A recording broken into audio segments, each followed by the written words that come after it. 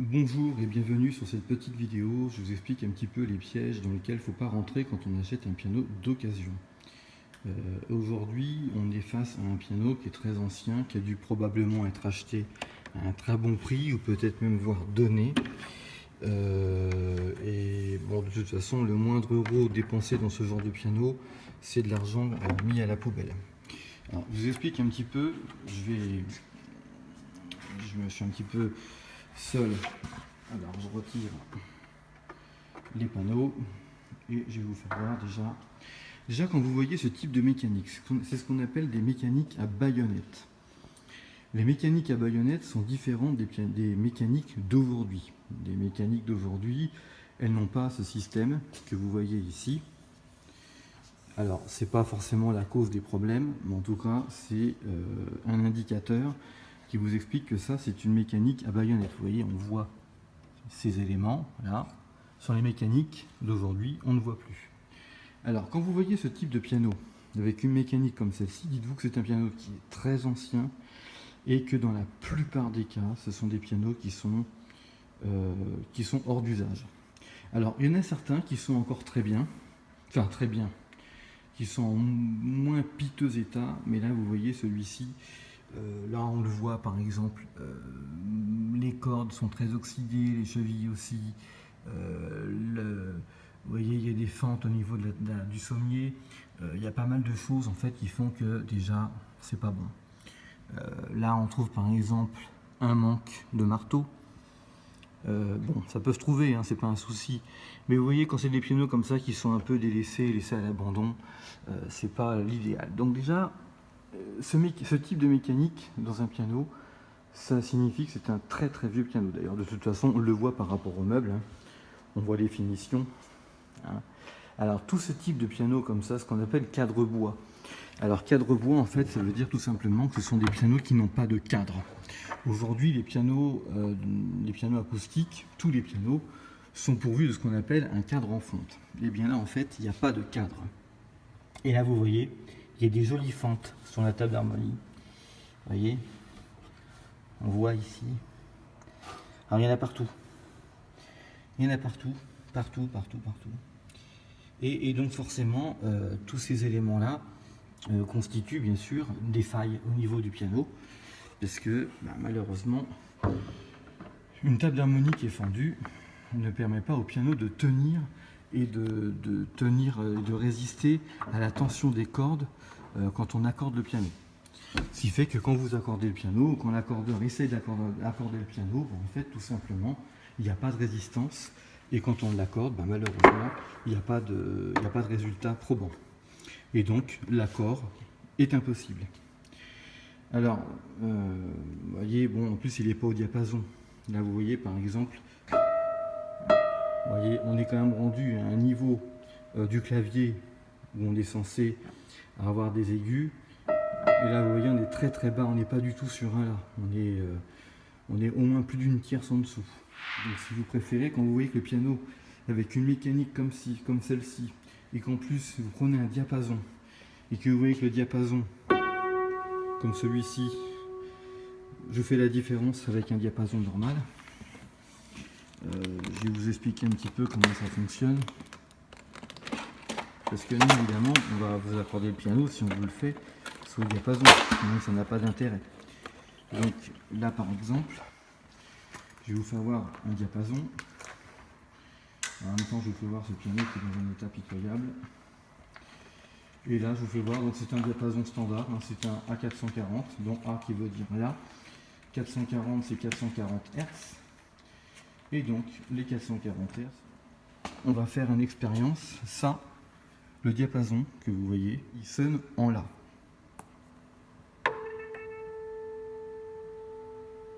D'accord. Maintenant, on va essayer sur cette note-là, qui est censée reproduire la même note. Vous voyez? Donc, je refais la note.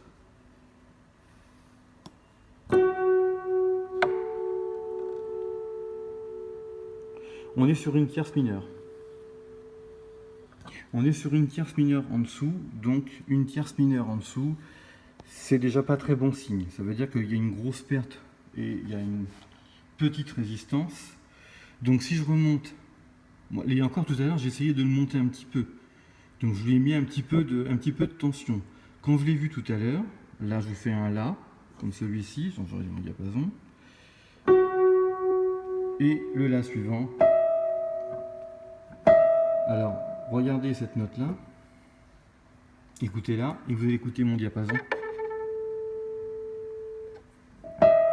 Voilà, la différence est tellement nette que ce piano, et quand on voit bien sûr l'état de la table d'harmonie avec toutes les fentes qu'il y a sur la table, il n'y a plus de charge sur le piano, parce que j'ai essayé de tendre un peu pour voir, il n'y a plus de charge, il n'y a plus rien, parce que en fait la table d'harmonie elle est fendue, et donc ça fait un effet éponge.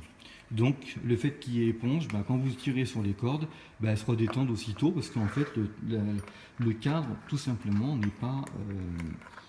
n'est pas résistant. Il ne lutte pas contre la force et contre la tension des cordes, tout simplement, et il n'y a plus de transmission de cordes, et ça fait un son complètement saturé. Vous avez également aussi un risque du fait que ça soit du bois et qu'on n'est plus du tout sur une partie métallique. Si on exagère un peu trop sur la tension des cordes, on peut tout simplement éventrer donc cette espèce de structure. Tout simplement, regardez comme c'est énorme cette fente, c'est juste pas croyable. Vous en avez au moins 3 ou 4, vous voyez. Donc ces éléments-là, le fait que ça ne forme plus un bloc, et puis surtout c'est ce qu'on appelle des cadres bois. En réalité, ça n'a pas de cadre. Donc vous voyez, quand vous achetez un piano, que ce soit un piano avec une mécanique qui soit différente de celle-ci, donc c'est une mécanique généralement comme celle-là un peu, mais il n'y a pas cette partie, les étouffoirs sont derrière, et puis surtout vous avez ce qu'on appelle un cadre en fonte ici, mais on ne voit pas le bois apparent. Voilà, donc je vous ferai voir, je vous mettrai en vidéo de toute façon une image d'un piano entre l'avantage d'un piano acoustique d'aujourd'hui et puis ce qu'on voit là en ce moment. Voilà. Je vous ferai voir sur un piano un peu plus moderne tout à l'heure si vous voulez. Comme ça vous verrez la différence visuelle et puis bien sûr la différence sonore. La différence sonore évidemment.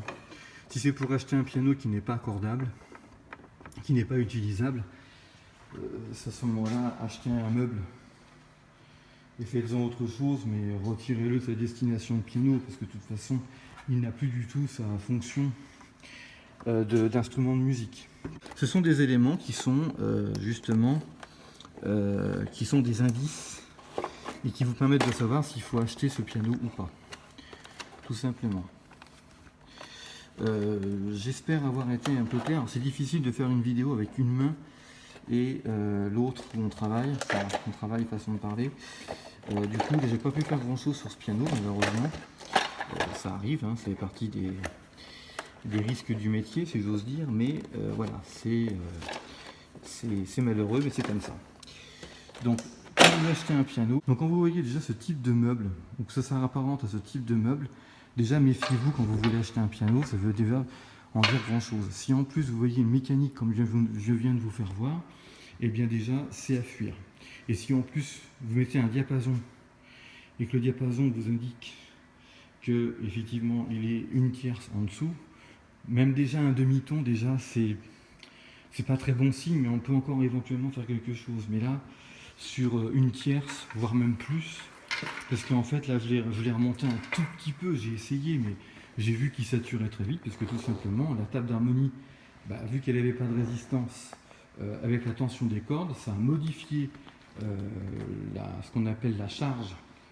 Vous avez la vibration de la corde, cette vibration elle est retransmise via le chevalet que je vous ai fait voir tout à l'heure, et ensuite via le chevalet vous avez ensuite le chevalet qui vibre sur la table d'harmonie. Mais là, vu qu'il n'y a plus d'appui parce que la table est tellement déformée et complètement fendue que du coup il n'y a plus d'arriver dans les aigus. Quand on monte dans les aigus, quand on commence à lui donner une certaine vibration, une certaine force et une certaine fréquence, voilà, je ne trouvais plus les mots, arriver à une certaine fréquence, malheureusement on trouve des saturations, et ça c'est pas bon. Donc voilà, donc je vais voir un petit peu avec le client, je vais lui expliquer un petit peu tout ça, Là, je suis dans un lycée, donc je pense que c'est un piano qui n'a pas été acheté, mais ça arrive, hein, je trouve de temps en temps, c'est rare, mais je trouve des fois de temps en temps chez des clients qui ont acheté sur le Bon Coin, ou on ne trouve pas ça dans les magasins de piano, c'est souvent de particulier à particulier, hein, c'est sur le Bon Coin, ou sur eBay, ou sur donon.org. Bon, quand vous voyez ce type de piano, c'est à bannir. Mais là, celui-ci, je pense qu'il a été probablement il a été offert. Donc voilà, vous voyez, piano gracieusement offert par notre partenaire, etc. Bon, malheureusement, c'est pas ce qu'il a fait de mieux. C'est plutôt un cadeau empoisonné. Alors c'est peut-être partie d'une bonne intention. Attention, je n'ai pas apporté de jugement ni d'accusation, hein. Mais dans certains cas, je pense que ça vaut le coup de ne rien donner et puis de le garder pour soi, de mettre à la poubelle. Mais c'est vrai que des fois, on ne sait pas toujours. Quand on n'est pas du métier, on ne sait pas. On s'imagine que c'est un piano, il va être accordé et puis voilà, ça ira tout seul. Non. Malheureusement, un piano, ça ne s'accorde pas tout seul. Faut qu'il soit en minimum en bon état. Bon, de toute façon, je vous expliquerai un petit peu. Voilà. Donc ça, c'est le mauvais exemple pour acheter un piano. Voilà. Un piano comme ça, faut pas l'acheter. Écoutez, vous aurez un modèle de piano sur lequel il faudrait vous baser esthétiquement. Vous avez vu déjà qu'il ne fallait pas acheter un piano avec un cadre qui n'a pas de cadre, c'est-à-dire un piano où il n'y a que du bois, où il n'y a pas de fonte. Le type de mécanique que je vous ai fait voir tout à l'heure, c'est donc à éviter. Et bien sûr, si vous voyez qu'en plus que le piano il est trop bas par rapport au diapason, dans ces cas-là, oubliez et fuyez. Voilà, même s'il coûte que 50 €, c'est pas la peine, parce que vous allez vous retrouver avec un meuble, et ce sera juste un meuble, c'est tout. Voilà, bon, j'espère avoir été clair, et puis je vous retrouve sur une prochaine vidéo. Cette fois-ci, ça sera sur un piano que potentiellement vous pouvez acheter. Je vous dis à très bientôt.